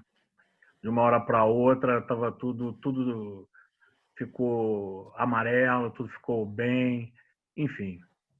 E aí, na leitura desse decreto de retorno às aulas, nós buscamos entender por que a volta, primeiramente, da rede privada e depois, só 20 dias depois, né, a rede pública. Entendemos que são alunos e que a hora que chegar, tá, a hora devida da volta será de todos. mas depois lembramos que o decreto é bem claro, né? Ele estabelece um contingente de 1/3.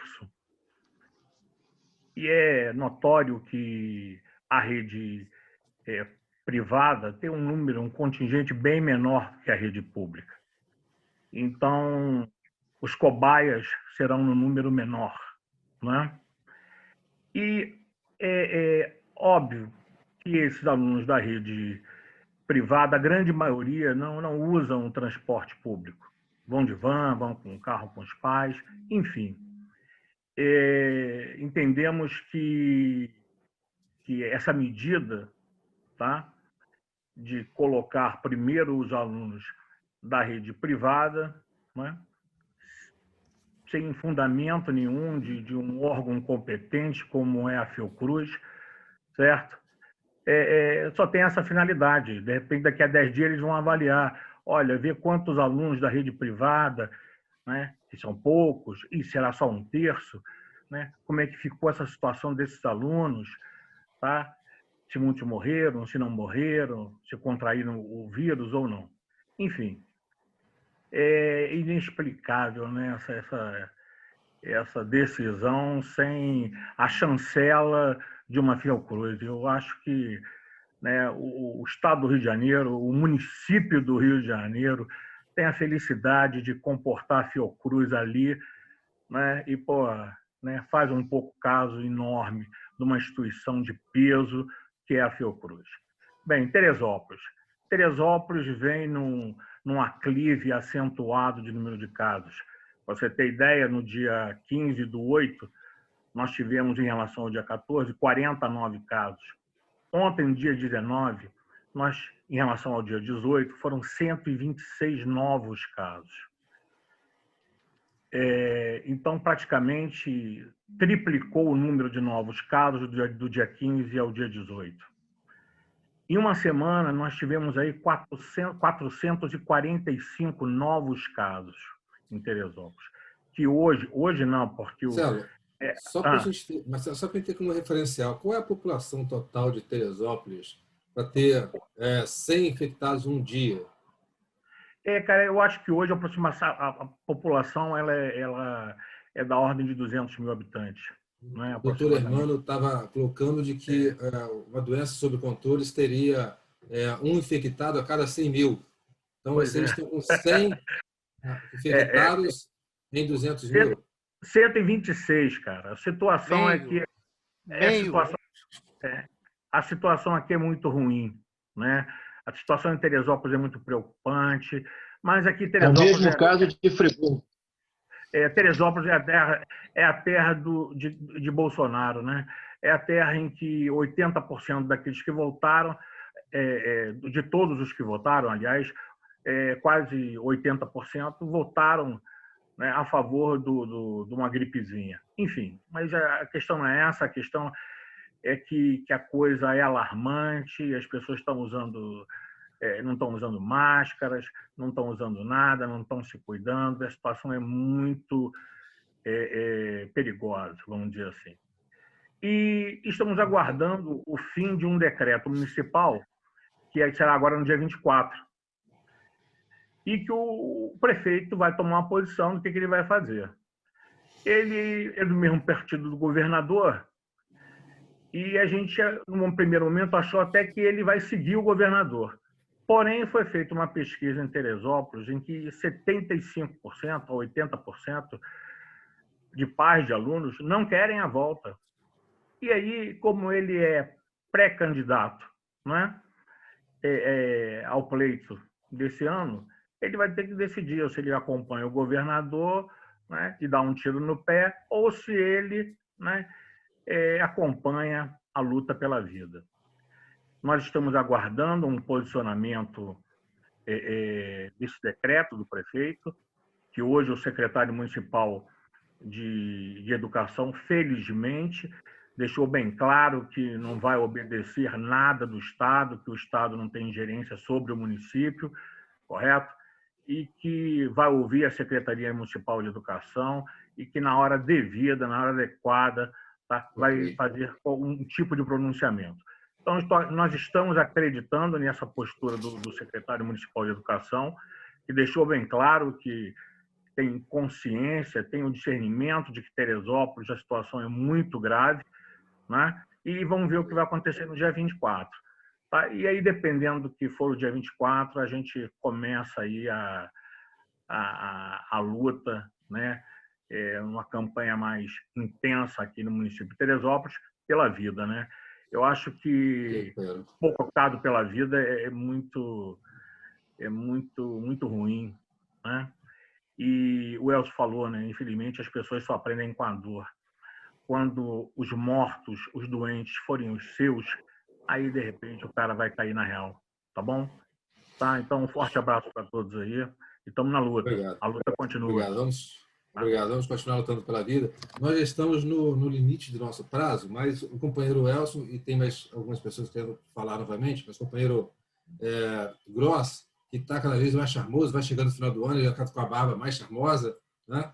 O Gross estava falando por Petrópolis e estava enumerando os encaminhamentos que o sindicato está defendendo lá, e naquele momento caiu a sua conexão, Gross. Então, a gente retorna para você completar a sua fala e a gente está na fase de encerramento. Correto. Continuo sem luz, com uma fase só, mas vamos tentar ver se eu consigo completar, né? Então, eu coloquei para vocês as contribuições que o sindicato está dando para a criação para que o professor volte para a escola com segurança. Agora, Petrópolis, tá? Nós temos uma união muito grande entre os sindicatos e temos um programa na TV local, que é o Canal 10. Esse programa se chama Trabalhador em Foco. Inclusive, hoje, o Dr. Luiz Arnaldo, que é infectologista do DIP, professor da Faculdade de Medicina de Petrópolis, deu uma entrevista mostrando os perigos do retorno às aulas nesse momento. A pressão é grande, tá? Mas o Sindicato dos Professores de Petrópolis e região lutará sempre para o retorno seguro após a vacina, de acordo com as autoridades de saúde. Ora, mas existem coisas boas também, né? Ontem o nosso governador baixou um decreto, né, marcando o reinício das aulas. Isso deixou Petrópolis e todo o estado em polvorosa. Hoje, pela manhã, o nosso prefeito publicou nas redes sociais, e eu gostaria de repassar o que ele publicou. Vou ler aqui para os senhores.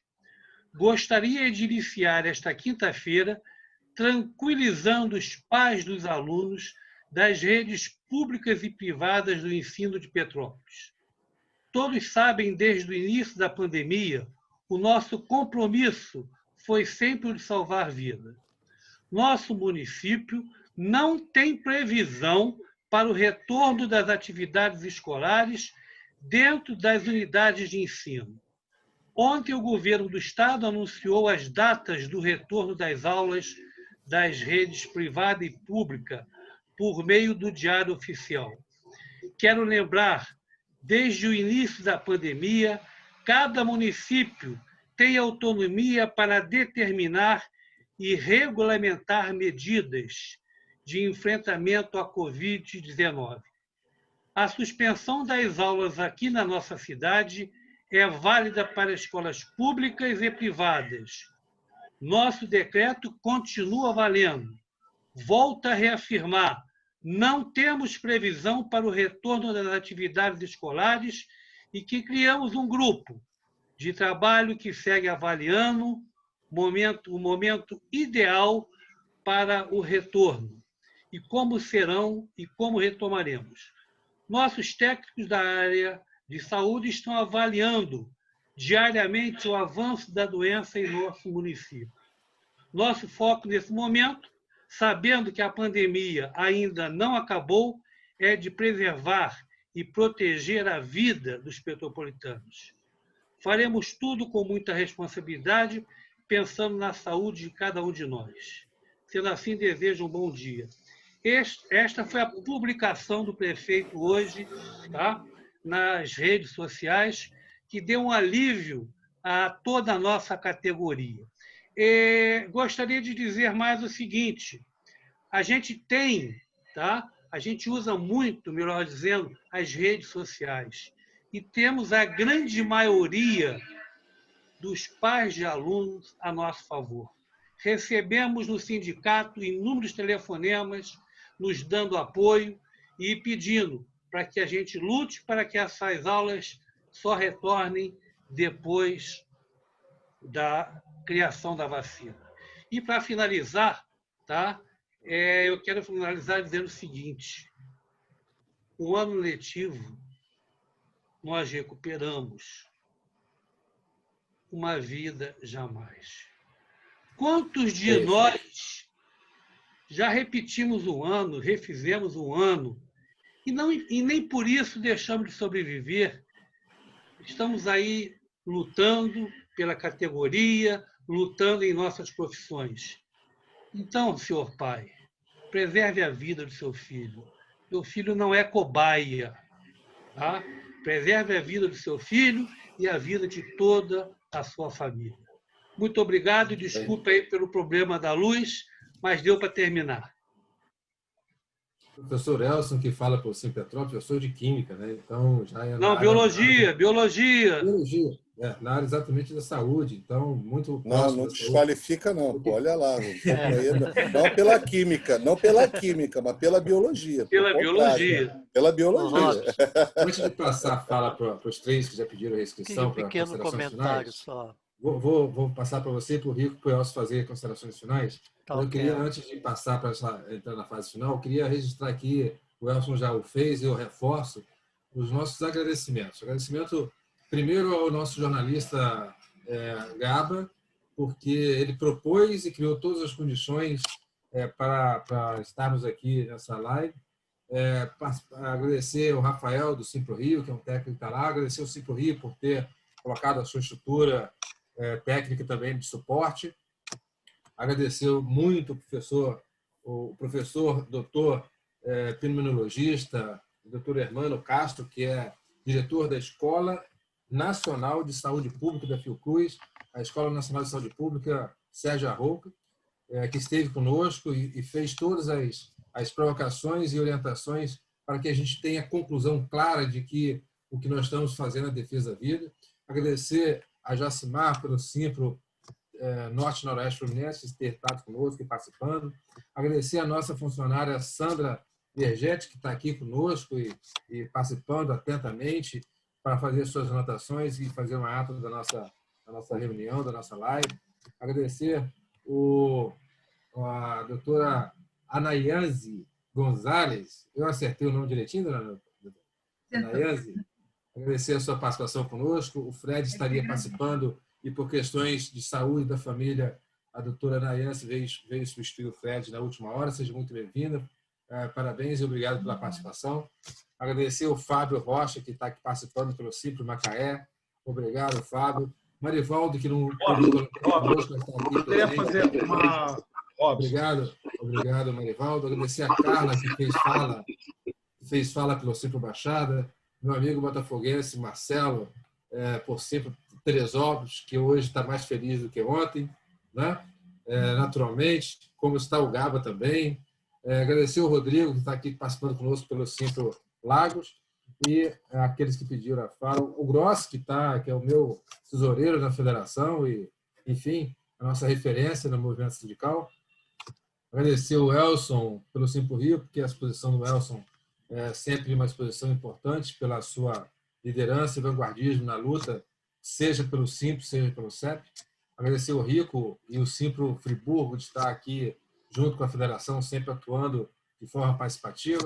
E o Sérgio, pelo Simpro Niterói, que está hoje aqui conosco, participando e fazendo com que essa live seja mais representativa de todas as regiões do estado do Rio de Janeiro aqui representadas. Então, após esses agradecimentos, eu quero voltar a palavra ao Sérgio para as suas considerações finais e a gente entrar, de fato, na fase final da nossa reunião. Primeiro, parabenizar a todos e parabenizar a federação. Está tendo um retorno, alguém está com o áudio aberto aí.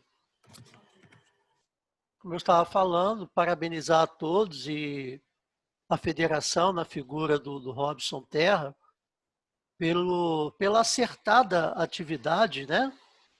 Como foi falado lá no início, num momento crucial. Eu pedi para fazer um pequeno comentário a partir da fala do Elcio, porque eu esqueci de falar de uma ação que foi e que tem sido importante, que a gente tem aqui tocado na região, é a notificação através de e-mails aos mantenedores das escolas pela responsabilidade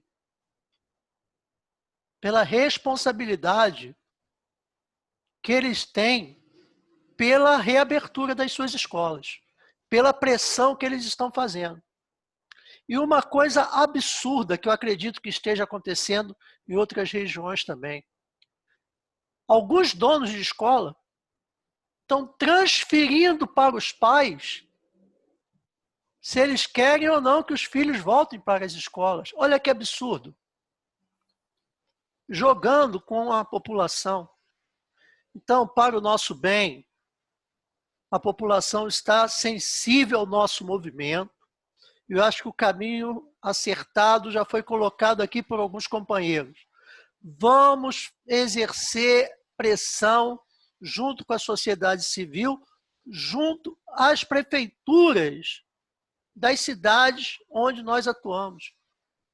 E aí, Elcio sinalizou uma coisa que é fundamental para a gente, Robson. Vamos puxar com urgência uma assembleia nossa para traçar os rumos daqui para frente, de uma forma mais unificada possível. Muito obrigado. E um abraço a todos os companheiros das demais entidades sindicais presentes. Ótimo, Sérgio, obrigado. Rico, as suas considerações finais, você pediu a fala, por favor. Não, eu só fiz um comentário durante a fala do companheiro de Teresópolis de que o nosso caso aqui é muito parecido com Teresópolis. Nós temos cerca de 200 mil habitantes e nas últimas 24 horas tivemos cerca de 100 novos casos. E a nossa luta é conjunta, companheiros, e vamos enfrentar isso. Ainda bem que nós temos, dentro também do Conselho Municipal de Educação, uma representação muito atuante. O próprio Conselho também se coloca hoje contrário ao retorno às aulas presenciais e nós conseguimos, né, obter da Secretaria Municipal de Educação o compromisso de que até o dia 30 de setembro nós não teremos essas aulas presenciais nem na rede pública, nem nas escolas particulares. Então, mas de qualquer forma estamos atentos porque a luta é necessária, que é a pressão no sentido contrário, né? Antes do Elson fazer a fala de encerramento dele e a gente fechar aqui, eu queria estar lembrando e convocando todos que estão nos ouvindo e participando nesse momento, seja pelas redes sociais, pelo Facebook do Simpro Rio, pelo Facebook da FETERJ, pelo canal do YouTube. No dia 3 de setembro, também às 18 horas, nós teremos uma outra atividade, que a gente está chamando de Seminário pela Vida, está sendo organizado por mim, pela companheira Guilhermina, de Macaé, pelo companheiro Elson e pelo companheiro Jair, dos 5 Campos. Um Seminário pela Vida, que é uma nova live, onde a gente vai ter uma participação também ativa de professoras doutoras da Fundação Oswaldo Cruz, da Fiocruz. Então, todos estão convidados a estar participando, estar acompanhando conosco, dia 3 de setembro, às 18 horas, pela FETERJ, mais um evento que a gente vai estar tratando dessa mesma temática, com uma outra abordagem, mas dessa mesma temática, um Seminário pela Vida em defesa da educação. Elson. Não, tranquilo, Robson, é bem tranquilo, só para concluir, lembrando a todos que nós estamos numa condição em que também essa situação do retorno das atividades presenciais nas escolas é uma condição de trabalho. Quero lembrar a vocês que em Brasília, né, além do governador agora estar tendo que voltar atrás, está fechando escolas novamente, né, Lá, a luta em Brasília foi também do sindicato de lá, do Simpro-EP, o Simpro das escolas privadas lá, né, companheiros nossos também da CONTE, em que a luta deles, junto com o Ministério Público do Trabalho, foi de não retorno das escolas privadas antes das escolas públicas, além do não retorno naquele momento por falta de condições de segurança de trabalho, que é o que nós temos hoje. Isso é uma questão de falta de condição de retorno ao trabalho. Está entendendo, gente? Então, isso é um ponto principal. E lembrando a todos aqui, para encerrar, que a rede estadual pública e a rede municipal, a rede pública aqui no Rio de Janeiro, estão em greve pela vida também. Já foi deliberado aqui em Assembleia, tanto a rede estadual quanto a rede municipal do Rio. E outros municípios também já estão deliberando a greve pela vida. Não retorno às atividades presenciais. Continua também com a atividade remota, com as atividades que estão ocorrendo pela internet, mas não as atividades presenciais, pois não há garantia sanitária desse retorno. Se a Fundação Oswaldo Cruz disser amanhã, olha, pessoal, estamos num patamar bom, tranquilo para retornar, retornamos tranquilamente, mas enquanto isso, não dá. Temos que ter garantias sanitárias. A Secretaria de Saúde tem que dar essa garantia para nós. De onde ela tirou que tem que voltar primeiro o público, o privado, e depois o público. E segundo, de onde ela tirou que nós estamos realmente na fase amarela. Mudando o gráfico, daqui a pouco mudam de novo, né? Como o companheiro Teresópolis falou, Marcelo. É só eles quererem, eles mudam os índices e mudam as cores. É só favorecer. É só fazer o que querem. Ok, valeu. Bom, Obrigado. Nós somos a FETERG, Federação dos Trabalhadores em Estabelecimento de Ensino do Rio de Janeiro. Estamos agradecendo aqui a participação de todos os nossos sindicatos, o Simpro Campos, o Simpro Baixada, o Simpro Macaé, o Simpro Norte e Noroeste, o Simpro Friburgo, o Simpro Niterói, o Simpro Teresópolis, o Simpro Petrópolis, o Simpro Rio. Agradecendo a participação do doutor Hermano, que é diretor da Escola Nacional de Saúde Pública da Fiocruz, que esteve conosco, também é médico, criminologista, que fez todas as provocações, marcando um novo encontro dia 3 de setembro, às 18 horas, para tratar dessa mesma temática, com uma outra metodologia. Nós agradecer, portanto, a todos e agradecer principalmente a você que está nos acompanhando ao vivo nesse momento, aqui pelos canais das redes sociais da FETERG, do Simpro Rio, de outros sindicatos que estão compartilhando esse momento. Agradecer a cada pai, a cada mãe, a cada professora que está acompanhando conosco e que está preocupado com a vida, de preservar a vida. Como foi dito, ano letivo se recupera, vidas não. E nós queremos fazer a defesa da vida, não contra as aulas remotas, não contra outras formas de escolarização, mas sim em defesa da vida, das crianças, dos nossos professores e de toda a sociedade. Um grande abraço a todos, muito obrigado.